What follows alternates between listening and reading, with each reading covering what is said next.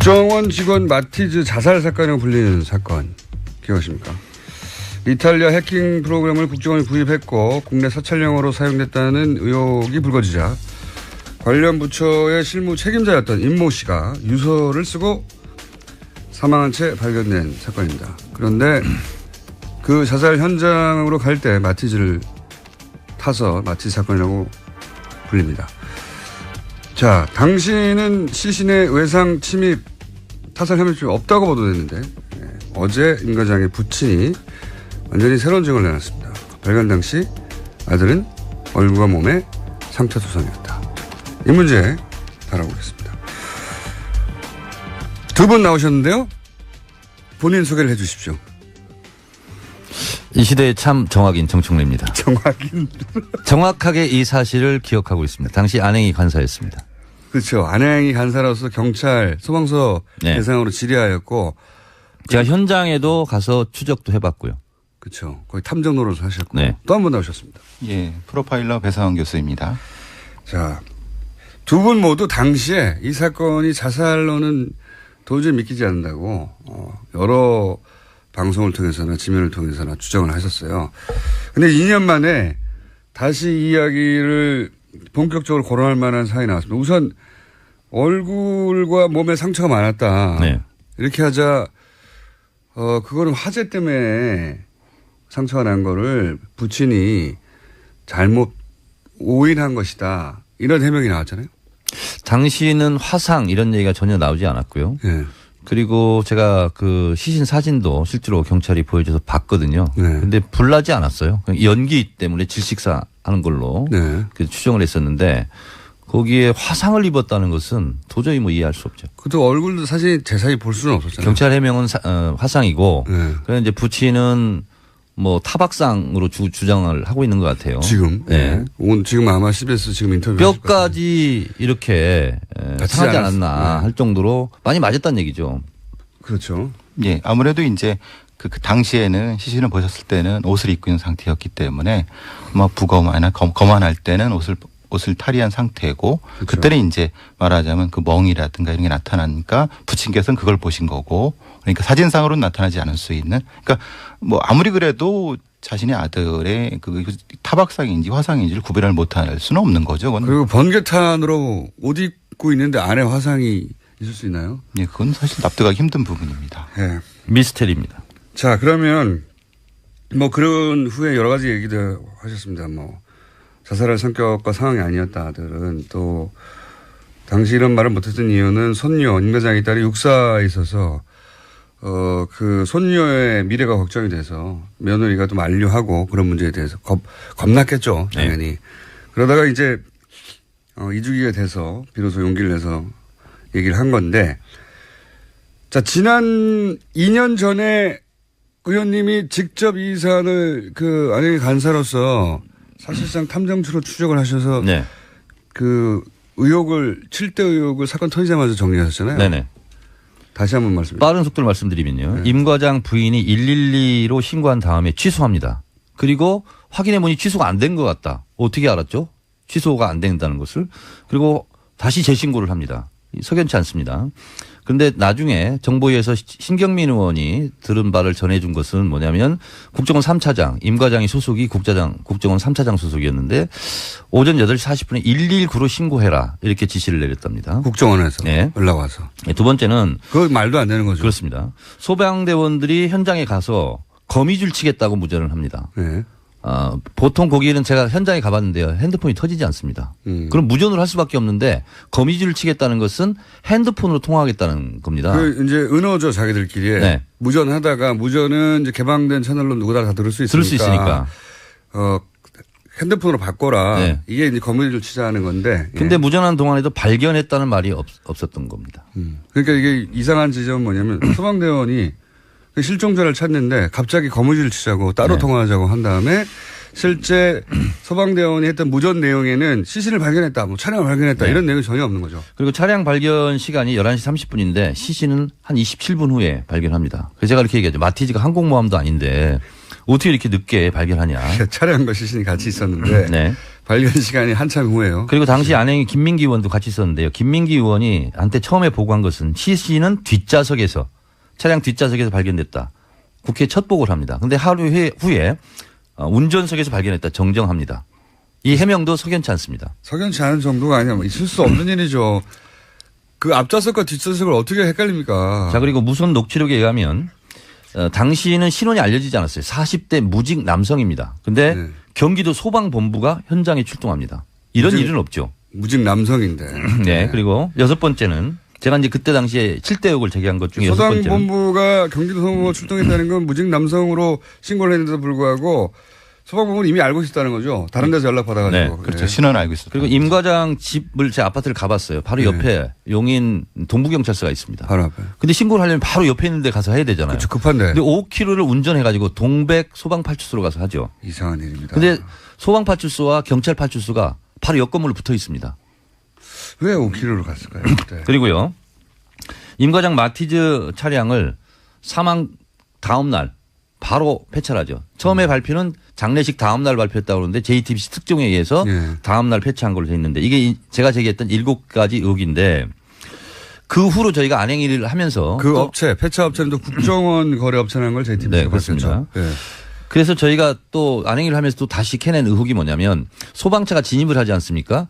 진입해서 현장에 도착하는 한 27, 8분 네. 이 CCTV 화면만 칼로 자른 듯이 없어집니다. 근데 뭐 그때 당시 소방본부 해명은 날씨가 더워서 에어컨이 안 틀어져서 뭐 그걸 작동이 안 했다 어쨌다 이렇게 얘기하는데 그것만 그러니까 사라집니다. 이 말씀 뭐냐면 그 현장에 도착을 해가지고 최초의 순간들이 사라졌다는 거예요. 네. 그렇죠. 그랬어요. 네. 가장 중요한 장면만 사라졌어요 지금. 그 차량에 달려있는 CCTV가 있는데 그걸 보려고 했더니 어떻게 조처를 했는지. 그리고 이제 거기가 화산리 34번지인데요.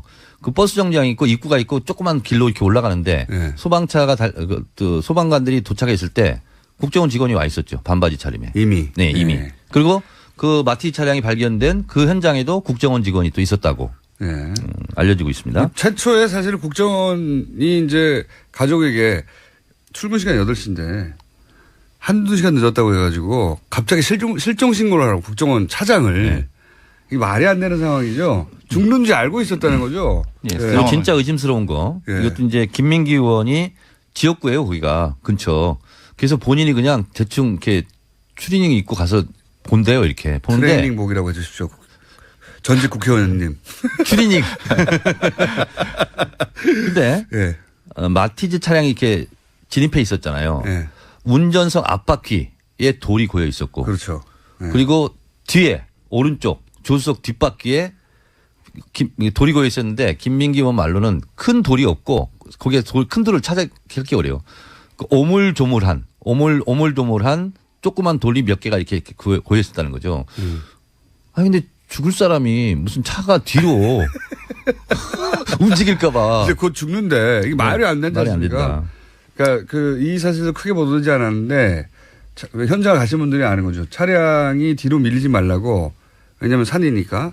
뭐 곧 자살할 사람인데 앞바퀴 왼쪽 뒷바퀴 뒤쪽 하나에 돌을 개서 안 움직이게 해놓고 그냥 사이드만 올리면 지금 급한데요. 그렇죠. 사이드만 올리는 걸로 출발할 당시 이제 텐데도. 소방본부는 이렇게 얘기합니다. 왜 늦게 출동했냐. 네. 경찰은 12시 50분에 도착합니다.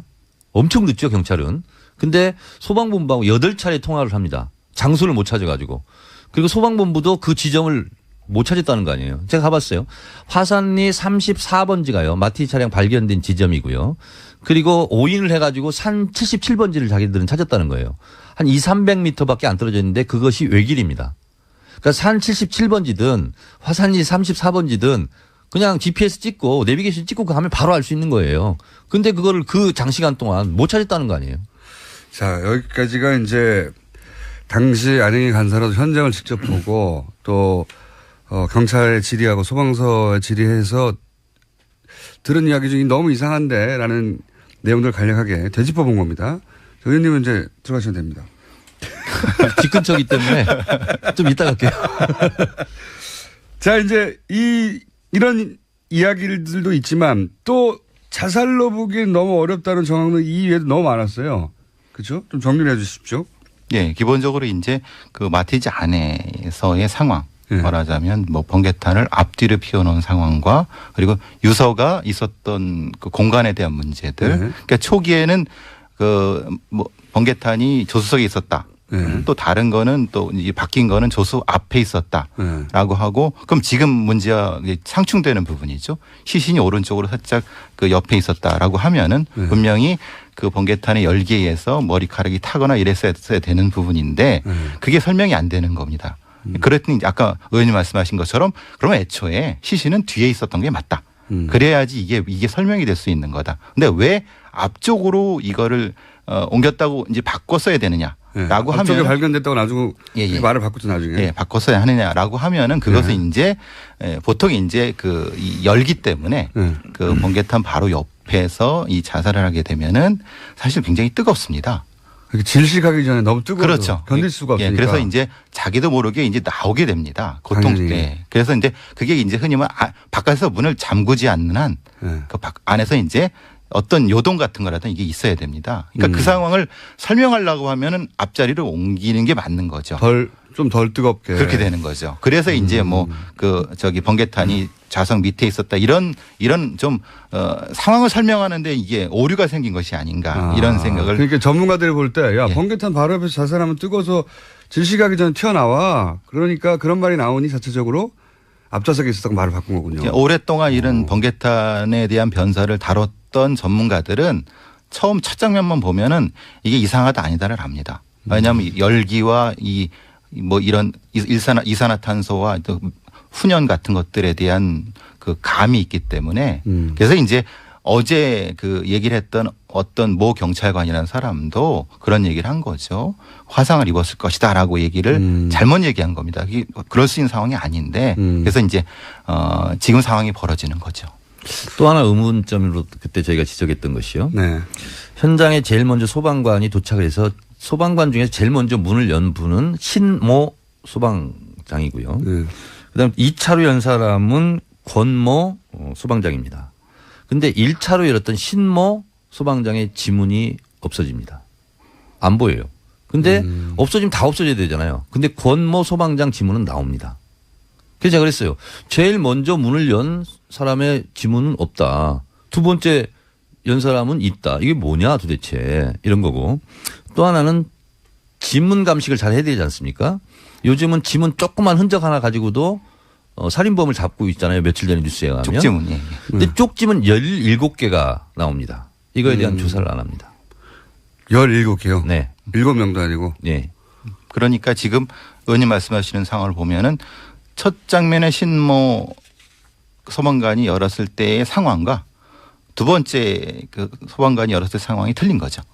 시신의 상황이나 이런 것이 틀렸다고 합리적으로 추론할 수가 있는 거죠. 첫 번째 이후에 뭔가 작업이 있고 닦인 정황 이런 걸 의심해 볼 수 있는 거네요. 그래서 제가 그때 의혹을 제기했던 것이 처음에 소방관들이 가서 찍었던 임모 과장의 시신 상태와 나중에 12시 50분에 이제 경찰 아주 늑장 출동해요. 저희들은 왕따 당했다. 경찰이 오히려. 경찰이 아니 어떻게 12시 50분에 도착을 해요. 소방관은 훨씬 더 일찍 훨씬 갔고. 근데 소방관도 한참 헤매다가 갔고. 네. 근데 그 시신 상태가 틀린 것 같다. 왜냐하면 제가 봐도 좀 틀렸어요. 그때 나중에 경찰이 뭐 부랴부랴 와서 사진을 갖고 와서 사진을 찍는 각도가 틀려서 그렇습니다. 달라서 그렇다. 네, 그렇게 이제 해명을 했는데 제가 봐서는 이게 달라요. 그래서 만지지 않았나 시신을 현장이 보존이 안 됐다. 저렇게 강력하게 그때 의혹을 제기했었죠. 기본적으로 이제 사진을 찍는 각도는 매뉴얼이 있습니다. 그러니까 각도 때문에 그렇다는 거는 어떤 경찰관이 얘기했는지 그 사람은 반드시 징계를 받아야 됩니다. 그거는 뭐 그리고 그 정도 늦게 왔다고 하면 이건 상당히 욕을 먹는 정도가 아니라 징계를 받아야 되는 거죠. 이게 변사 사건이 발생했으면 가장 우선 도착해야 되는 부분인 거고요. 그래서 보통 현장에서는 소방관과 경찰이 이제 그것은 일종의 경쟁 같은 걸 하는 시스템인데 뭐 최대한 늦게 왔다. 이거는 그게 고의적이든 어쨌든 간에 그건 상당히 문제가 있는 부분인 거죠. 그러니까 위치 추적이요. 10시 17분에 이제 소방이 되거든요. 그러면 화산리에 가면 버스 정류장이 있습니다. 거기서 이제 농수로 같은 데를 타고 이렇게 올라가는 데거든요. 네. 화산리 버스 정류장에서 그리 멀지 않아요. 네. 그러면 10시 17분에 위치 추적을 하면은요. 이거는 2, 30분이면 바로 가야 되는 거예요. 근데 다 늑장 출청하고 오히려 경찰은 12시 50분에 그 장소 가요. 말씀하시니까 또 생각나는 게 그 새벽에 거기 가서 굳이 지금 이제 수풀이 빽빽하고 기억에 나실지 모르겠는데 경사진대로 올라가는데 거기는 차량이 가는 길이 아니거든요. 차량이 그렇죠. 가는 길이 아니고 근데 굳이 차가 올라갔어요. 차가 올라갔고 올라가기 전에요. 네. 이렇게 쇠사슬 같은 경우를 이렇게 엮어놔요. 네. 외부 차량 진입 못하라고. 그러니까 차량이 올라갈 수 있는 길도 아니고 차량이 다니는 길도 아니고 그런 아주 좁은 오솔길을 마티즈가 굳이 거기까지 올라갑니다. 그죠? 그렇다는 얘기는 굉장히 발견되기 어려운 장소로 갔다는 얘기거든요. 보통 자살하는 사람들은 제가 이제 배 교수님이 2년 전에 했던 얘기를 기억하는데 자살하는 사람들은 발견되고자 하는 욕구가 있다. 네, 그렇죠. 그 관점에서 이 현장이 너무 이상하다고 말씀하셨잖아요. 그렇죠. 그러니까 이제 그게 상충되는 겁니다. 자기가 지금 유서를 써갖고 억울하다, 해서 내가 억울한 걸 이제 보여주고 싶은 건데 장소는 흠해진 곳이고 네. 거꾸로는 또 휴대폰이 켜져 있는 상태라고 하면 휴대폰을 켜질 거면은 그냥 가까운 데서 하지. 그렇죠. 이 부분이 이게 두 가지 세 가지가 행동이 상충되는 부분이라는 겁니다. 상충되는 부분이라는 것은 그것은 각각의 행동의 주체가 다를 수 있다라는 것을 유출할 수 있는 부분인 거죠. 발견되고 싶은 것이 일반적인 자살. 그리고 특히 지난 생각해 보시면 2년 반 전쯤에 그 서울시 공무원 조작 사건 때 자살을 시도한 비슷한 방식으로 국정원 직원이 있었습니다. 살아났지만 자살 실제 시도했는지도 모르겠지만 어쨌든 당시 보면 도로변에서 했단 말이죠. 예. 대부분이 도로변에서. 근데 임 과장은 휴대폰을 켜놔요. 발견되고 싶은 거죠. 유서도 바로 옆에 놔둬요. 자기 사정을 알길 원하는 거죠. 근데 차량은 도저히 발견하기 힘든 곳에 가가지고. 그렇죠. 이게 네, 앞뒤가 안 맞는다. 아버지의 증언에 의해서 새롭게 제가 제기되는 의문은 뭐냐면 임 과장이 마티즈가 패스에로 TV에 찍힌 마지막 시간이 6시 23분입니다. 예. 자, 그러면 아버지의 증언에 의하면 그 6시 20분까지 갈 때 뭐 슈퍼 들고 편의점 들고 다 하거든요. 뭐 살 거 사고. 네네네. 실제로 그건 임 과장이 맞는 걸로 저희는 확인을 했어요. CCTV상. 근데 네. 얼굴이 그렇게 상처투석이라면 편의점을 못 가죠. 그렇죠. 그렇잖아요. 그렇죠. 상처는 그 이후에 있었다는 얘기네요. 그러니까 6시 23분 이후에 있었다는 거예요. 예리하십니다, 의원님. 오늘 네. 새로 나온 거네요. 그렇습니다. 그러면 6시 23분부터 사망 시간까지. 근데 처음에 이제 보고를 하는 것이 사후 경직이라고 얘기합니다. 소방관이 처음. 그건 전문가 이쪽에 계신데. 네. 근데 사후 강직은 사망 그 사후 강직이 나타나는 것이 사망 5시간, 6시간 그 정도 전에 죽었다는 거예요. 그리고 나서 사후 강직이 일어난다는 거거든요. 첫 번째 발견이 사후 강직이다 이렇게 얘기해요. 그러면 아버지의 증언이 맞다면 6시 23분 이후에 구타를 당했거나 폭행을 당한 거죠. 그래서 가능성이 있는 거죠, 지금. 가능성이 있는 거죠. 네. 시간상으로 이제 사후광직이 당시에는 7시간, 네. 최대 7시간. 근데 이제 외부 조건에 따라서 5시간. 이게 사실은 애매한 그 언저리에 있는 상황에서 네. 그런 부분이었고 의원님 말씀하신 대로라고 하면은 그 시간이 조금 이제 흐트러질 수 있는 거죠. 네. 주장하는 부분에 대해서. 그리고 또 그 교수님이 그때 당시 굉장히 강력하게 얘기했던 것 중에 하나가 유서의 내용이 이상하다. 유서가 발견되는 정황들, 그러니까 발견되고 싶은 것과 발견되지 않기를 원하는, 그러니까 발견되지 않기를 원했다기보다는 은밀한 곳에서 뭔가 작업이 필요했던가 이런 추정할 만한 그런 의심이 드는 상반되는 징후가 있다고 하셨는데 유서 내용 자체도 너무 이상했잖아요. 그 대목도 짚어주셨는데 그때. 예. 유서에 이제 저는 가장 충격받던 게 감사합니다로 끝나는 유서입니다. 정말 어처구니 없는데. 네. 유서로서는 있을 수 없는. 유서 마지막에 감사합니다라고 써 있어요. 그렇죠. 네. 그리고 그 첫 장은 이제 그 원장님, 국장님 세 분을 다 언급하면서 네. 실제로는 내가 잘못된 거 없고 막 이렇게 내국인 사찰은 절대 없다. 절대 없다. 네. 그리고 유서에 첨언, 첨삭 이런 게 나타나거든요. 첨언, 첨삭 감사합니다. 그 보통 유서를 3,000개 넘게 연구한 그런 뭐 심리 분석 이런 거를 봐도 감사합니다. 라고 이런 부분이 있을 수 있을까? 물론 있을 수는 있다고 봐도 너무 특별한 상황이라면 그렇죠. 그렇죠. 특별한 상황이고 그럼 그 상황이라고 하면 실제로 자신이 죽을 거면 가족에 대한 여러 가지 면에서는 애틋함. 근데 그것도 좀 이상한 것은 가족을 보고 나왔잖아요. 예. 보고 나왔는데 그 유서를 가족한테 한다는 거예요. 그러니까 이 부분이 이제 그 유서로서는 이상하다. 그때 당시에는 그런 문제점을 제기를 했었죠. 내국인 사찰은 절대 없었지만 자료는 다 삭제했다. 내용이 그렇습니다. 그러니까 이게 해킹 프로그램이 이제 들통나면서 벌어진 네. 일 아닙니까? 그리고 그 당시 제가 또 정보회의를 저는 19대 초반기 했기 때문에 저는 가장 믿을 수 없는 해명이 뭐냐면 이거는 북한 정보를 캐기 위해서 한 거다. 그거는 정보라는 것은 굉장히 민감해서 어떤 경로를 캔다 하는 것이 그것이 가장 고급 정보예요. 그걸 국정원 스스로 정보기관이 발설하는 경우를 그거 어디 국내 있어요? 사찰이 아니라는 말을 하기 위해서. 그렇습니다. 예. 그러니까 그 정도로 코너를 몰렸고요. 임 과장이 사고 당일날 또 국정원에 가서 감찰을 받는 그런 날이었어요. 계속 연이어서 잠 못 자면서 감찰을 받은 거죠. 그리고 그날도 감찰을 받아야 되는 날이었어요. 그래서 이제 이 유서 내용 관련해서 내국인 사찰은 절대 없었지만 사찰이 절대 없다는 자료는 다 삭제했어요. 사찰이 절대 없으면 보여주면 되잖아요. 그리고 그러면서 국정원 업무를 방해받지 않게 해달라고 부탁하고 자살합니다. 자살의 유서 내용으로는 자살할 이유가 없어요. 국내 사찰도 없고. 유서에 당부의 말이 많죠. 그러니까. 그러니까요. 국정원 잘못이 없다 그러고. 국정원의 잘못이 없고, 그러니까 이 자살하는 사람이 억울하거나 막 괴롭거나 이게 아니고 살차도 없고 자료도 다 삭제되어 있고, 그러면서 국정 업무를 방해받지 않게 해달라고 한 다음에 그리고 감사합니다 하고 자살해요. 그러니까 역설적으로 보면 유서 내용으로만 치면 자살할 이유가 없죠. 아무것도 없는 사람. 네. 특히 마지막에 감사하라는 얘기는 뭐 오싹한 지점도 있습니다. 좀 저한테는 좀 충격적인 부분이죠. 이걸 네. 다시 감사해달라는 그 감사가요. 이중적 메시지가 아니었을까. 그래서 이 내용을 보고 그런 얘기를 했었죠. 이거 누가 써준 거를 썼다. 예, 그대로 옮겨 썼다. 그리고 본인의 입장이 아니라 국정원의 입장이 담긴 거다, 이 안에. 이 한 사람의 죽음으로 더 이상 국정원에 대해서 문제 제기하지 말아달라라고 하는 국정원의 당부가 담긴 것이지 어떻게 이게 자살한 사람의 유서냐. 지금 시점에서도 2년 전에도 저는 이렇게 그걸 의심했었거든요. 지금 이제 그 부친은 예. 손녀딸 임 과장의 딸이 이제 육사생도였어요. 그래서 딸 때문에 발설하기가 어려웠다 이렇게 얘기하잖아요. 저는 키맨이 누구냐 임 과장 부인이라고 생각합니다. 임 과장 부인은 지금 한 번도 언어 코멘트도 없어요.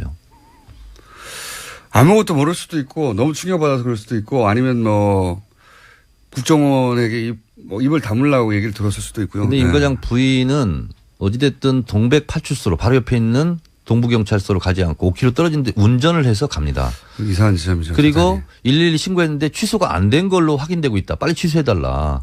그로 추정을 국정원에서 해보면 연락하고 있었다는 계속 얘기죠. 누군가하고 통화를 하고 있지 않았을까. 아니면 동행했을 수도 있죠. 아예. 누군가. 그럴 가능성도 있고. 왜냐하면 그래야지 이걸 따라서 가지. 사실은 남편이 실종됐다는 이 심리 상태에서 게다가 회사에서 보통 회사니까 국정원에서 빨리 실종 신고하라는데. 그렇죠. 그런 정신도 혼미한 운전을 하러 가다가도 보이면 바로 신고해야 되는 게 아내 입장인데. 근데 왜 동백 파출소로 5km나 떨어져가지고 갔냐고 해명한 게 뭐냐면 딸이 미술학원이 그쪽에 있어서 그 딸 이렇게 그때 얘기를 했었어요. 자, 국정원 직원 마티즈 자살 사건으로 불리는 사건 기억하십니까? 이탈리아 해킹 프로그램을 국정원이 구입했고 국내 사찰용으로 사용됐다는 의혹이 불거지자 관련 부처의 실무 책임자였던 임모 씨가 유서를 쓰고 사망한 채 발견된 사건입니다. 그런데 그 자살 현장으로 갈 때 마티즈를 타서 마티즈 사건이라고 불립니다. 자, 당시는 시신의 외상 침입 타살 혐의점이 없다고 보도됐는데 어제 임 과장의 부친이 완전히 새로운 증언을 내놨습니다. 발견 당시 아들은 얼굴과 몸에 상처 투성이었다. 이 문제 다뤄보겠습니다. 두 분 나오셨는데요. 본인 소개를 해 주십시오. 이 시대의 참 정확인 정청래입니다. 정확인. 정확하게 이 사실을 기억하고 있습니다. 당시 안행이 간사였습니다. 그렇죠. 안행이 간사로서 경찰 소방서 네. 대상으로 질의하였고 제가 현장에도 가서 추적도 해봤고요. 그렇죠. 거의 탐정 노릇을 하셨고 네. 또 한 분 나오셨습니다. 예, 프로파일러 배상원 교수입니다.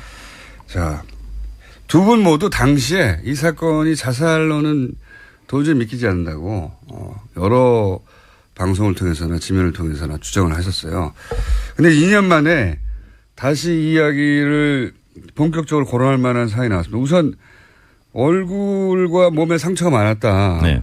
이렇게 하자 그거는 화재 때문에 상처가 난 거를 부친이 잘못 오인한 것이다. 이런 해명이 나왔잖아요. 당시는 화상 이런 얘기가 전혀 나오지 않았고요. 네. 그리고 제가 그 시신 사진도 실제로 경찰이 보여줘서 봤거든요. 네. 근데 불나지 않았어요. 그냥 이연이다. 근데 나중에 정보위에서 신경민 의원이 들은 바를 전해준 것은 뭐냐면 국정원 3차장, 임 과장이 소속이 국정원 3차장 소속이었는데 오전 8시 40분에 119로 신고해라 이렇게 지시를 내렸답니다. 국정원에서 네. 연락 와서. 두 번째는 그거 말도 안 되는 거죠. 그렇습니다. 소방대원들이 현장에 가서 거미줄 치겠다고 무전을 합니다. 네.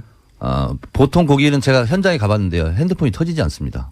그럼 무전으로 할 수밖에 없는데 거미줄을 치겠다는 것은 핸드폰으로 통화하겠다는 겁니다. 그 이제 은어죠 자기들끼리. 네. 무전하다가 무전은 이제 개방된 채널로 누구나 다 들을 수 있으니까. 핸드폰으로 바꿔라. 네. 이게 이제 거미줄 치자는 건데. 근데 예. 무전하는 동안에도 발견했다는 말이 없었던 겁니다.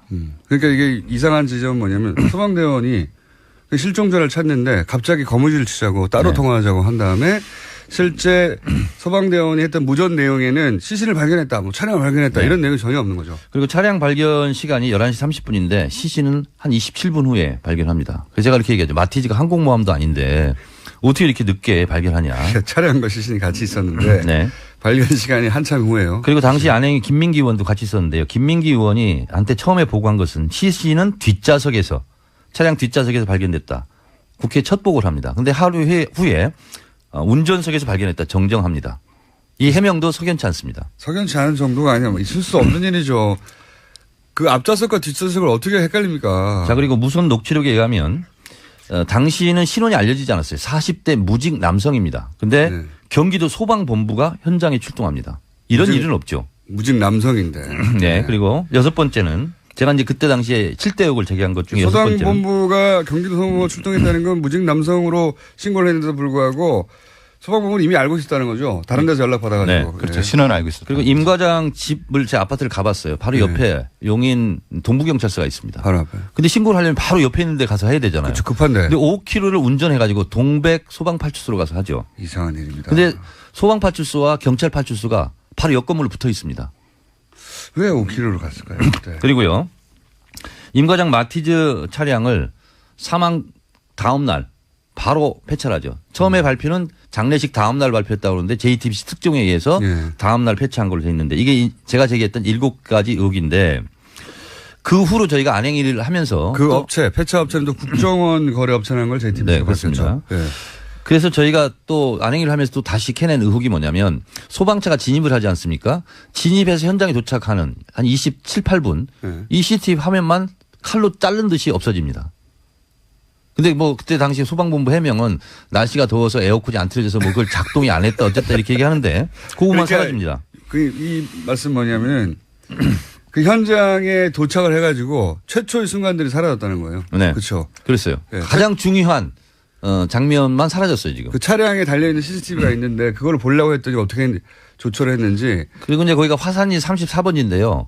그 버스 정류장이 있고 입구가 있고 조그만 길로 이렇게 올라가는데 네. 소방차가 소방관들이 도착했을 때 국정원 직원이 와 있었죠. 반바지 차림에. 이미. 네, 이미. 네. 그리고 그 마티 차량이 발견된 그 현장에도 국정원 직원이 또 있었다고 네. 알려지고 있습니다. 최초에 사실 국정원이 이제 가족에게 출근 시간이 8시인데 한두 시간 늦었다고 해가지고 갑자기 실종 신고를 하라고 국정원 차장을. 네. 이게 말이 안 되는 상황이죠. 죽는지 알고 있었다는 거죠. 예, 네. 그리고 진짜 의심스러운 거 예. 이것도 이제 김민기 의원이 지역구예요 거기가 근처. 그래서 본인이 그냥 대충 이렇게 추리닝 입고 가서 본대요 이렇게 보는데 트레이닝복이라고 해주십시오. 전직 국회의원님. 추리닝. 근데 예. 마티즈 차량이 이렇게 진입해 있었잖아요. 예. 운전석 앞바퀴에 돌이 고여 있었고 그렇죠. 예. 그리고 뒤에 오른쪽 조수석 뒷바퀴에 돌이 고여 있었는데 김민기 의원 말로는 큰 돌이 없고 거기에 큰 돌을 찾기 어려요. 그 오물조물한 조그만 돌이 몇 개가 이렇게 고여 있었다는 거죠. 아니 근데 죽을 사람이 무슨 차가 뒤로 움직일까봐. 이제 곧 죽는데 이게 말이 안 된다. 말이 안 된다. 그러니까 이 사실도 크게 보도되지 않았는데 현장을 가신 분들이 아는 거죠. 차량이 뒤로 밀리지 말라고. 왜냐하면 산이니까. 뭐 곧 자살할 사람인데 앞바퀴 왼쪽, 뒷바퀴 뒤쪽 하나에 돌을 개서 안 움직이게 해놓고 그냥 사이드만 올리고 지금 급한데요. 그렇죠. 사이드만 올리는 걸로 충분할 당시 이제 텐데도. 소방본부는 이렇게 얘기합니다. 왜 늦게 출동했냐. 네. 경찰은 12시 50분에 도착합니다. 엄청 늦죠, 경찰은. 근데 소방본부하고 8차례 통화를 합니다. 장소를 못 찾아가지고. 그리고 소방본부도 그 지점을 못 찾았다는 거 아니에요. 제가 가봤어요. 화산리 34번지가요. 마티 차량 발견된 지점이고요. 그리고 오인을 해가지고 산 77번지를 자기들은 찾았다는 거예요. 한 200~300m밖에 안 떨어져 있는데 그것이 외길입니다.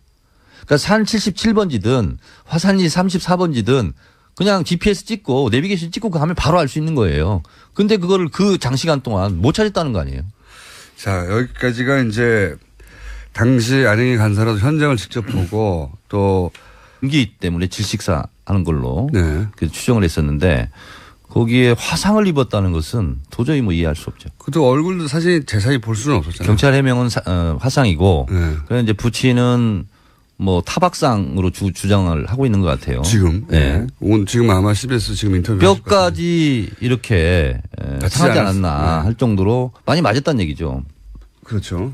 예, 아무래도 이제 그 당시에는 시신을 보셨을 때는 옷을 입고 있는 상태였기 때문에 아마 부검이나 검안할 때는 옷을 탈의한 상태고 그렇죠. 그때는 이제 말하자면 그 멍이라든가 이런 게 나타나니까 부친께서는 그걸 보신 거고 그러니까 사진상으로는 나타나지 않을 수 있는 그러니까 뭐 아무리 그래도 자신의 아들의 그 타박상인지 화상인지를 구별을 못할 수는 없는 거죠. 그건. 그리고 번개탄으로 옷 입고 있는데 안에 화상이 있을 수 있나요? 예, 그건 사실 납득하기 힘든 부분입니다. 네. 미스테리입니다. 자, 그러면 뭐 그런 후에 여러 가지 얘기들 하셨습니다. 뭐 자살할 성격과 상황이 아니었다 아들은 또 당시 이런 말을 못했던 이유는 손녀 임 과장의 딸이 육사에 있어서 그 손녀의 미래가 걱정이 돼서 며느리가 좀 만류하고 그런 문제에 대해서 겁났겠죠 당연히. 네. 그러다가 이제 이주기가 돼서 비로소 용기를 내서 얘기를 한 건데 자 지난 2년 전에 의원님이 직접 이 사안을 그 안행의 간사로서 사실상 탐정추로 추적을 하셔서 네. 그 의혹을 7대 의혹을 사건 터지자마자 정리하셨잖아요. 네네. 다시 한번 말씀드립니다. 빠른 속도를 말씀드리면요. 네. 임 과장 부인이 112로 신고한 다음에 취소합니다. 그리고 확인해 보니 취소가 안 된 것 같다. 어떻게 알았죠? 취소가 안 된다는 것을. 그리고 다시 재신고를 합니다. 석연치 않습니다.